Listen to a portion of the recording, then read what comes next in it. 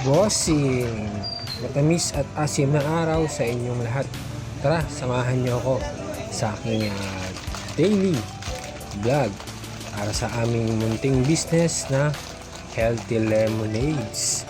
Ayan, kung saan ay meron po tayong 10 orders of lemon Yakult. Ayan, so shout out po at nagpapasalamat po kami sa aming suki na nag-order. Okay, yung mekos natin yan. Una, okay, yes, ayan po yung aming masipag na anak, mga anak rather. Ayan, so pangalawa, ayan po, pangatlong mekos, pangapat, panglima, pang-anim. Ayan, i-shake po natin para maghalo-halo po yung mga natural ingredients po natin sa paggawa ng healthy lemonades since 2018 po.